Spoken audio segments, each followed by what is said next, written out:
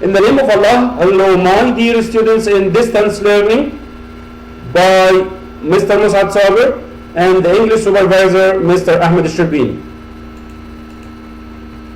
Al-Aus Private School for Boys, and our lesson today is for Traveler 6, Lesson 11, page 22, Grammar. And our lesson today is about clauses of purpose. Now let's go to your notes on page 22.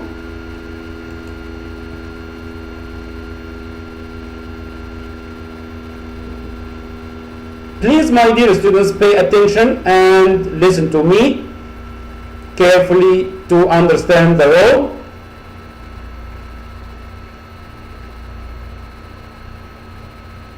Our lesson today is about clauses of verbs. There are 3 columns.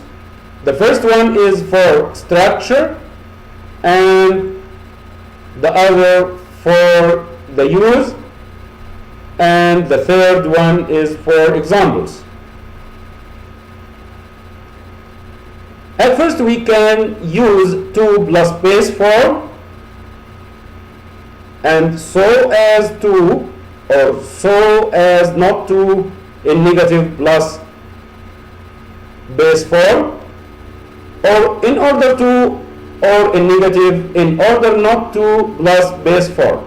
And the base form is the infinitive without any additions. We use these roles or these phrases followed by the base form to express about what? The use for this is the subject of the verb and the infinitive is always the same.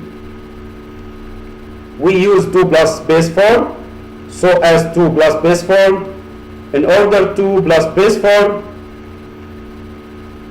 when the subject of the verb and the infinitive is always the same. Like these examples. I just called to invite you to my house. So here in this example, he called why? To invite me to his house. And another example, we can say he walked in quietly so as not to wake up his parents. Please correct this word and put O instead of A. Again, the sentence, he walked in quietly so as not to wake up his parents. Okay, so why he walked in quietly? Because he don't want to wake up his parents. The last one, we are saving money. Why? In order to buy a new anything, a new villa, a new house, a new car.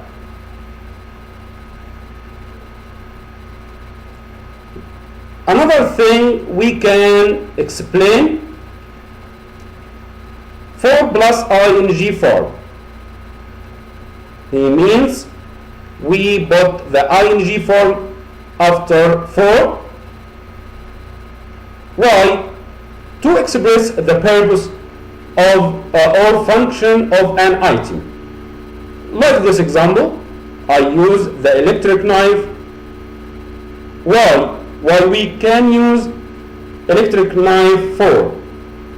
He says for cutting meat. Here the verb cut plus ing comes after for. to express the purpose or function of an item, we can say so that plus subject plus can or may or will plus infinitive. But why to express about the purpose with present or future time reference? Like this example: please close the door so that the cat can't come in. He wants to say, if we close the door, the cat can't come in. He wants to express about something will happen or happens now. But if we use so that plus subject plus could or might or what and infinitive, it's when we want to express about the purpose with past time reference. Like this example: he walked quietly so that nobody could hear his footsteps. He walked quietly. So what happened?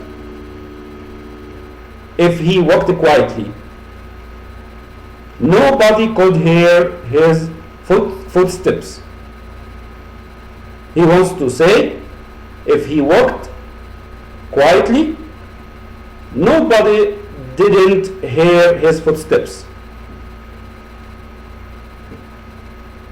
So here we express about the purpose with the past time reference.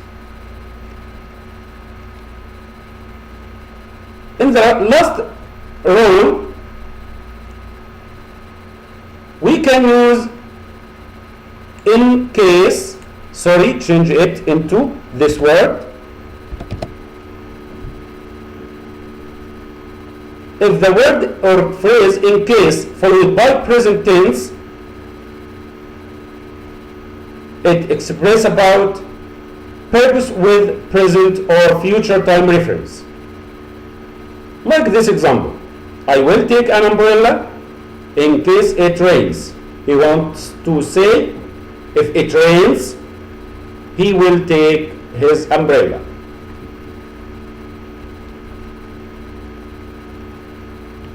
But in this example,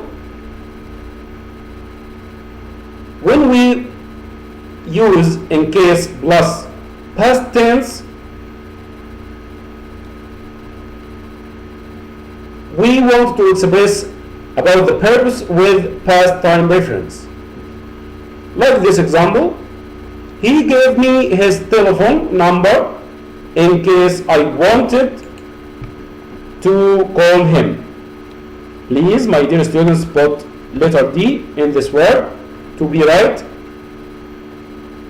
Again, the sentence: he gave me his telephone number in case I wanted to call him. He wants to say, if he gave me his telephone number, I could call him. Pay attention, my dear students, that the present tense is the verb in present, or in the first form, like this: rains. But here we put s because before it singular pronoun, and if there is plural pronoun, we put the verb in present without any additions. And the past tense means the verb in the second form, like you see in this example: he gave. The verb here, gave, it's the past form of the verb give.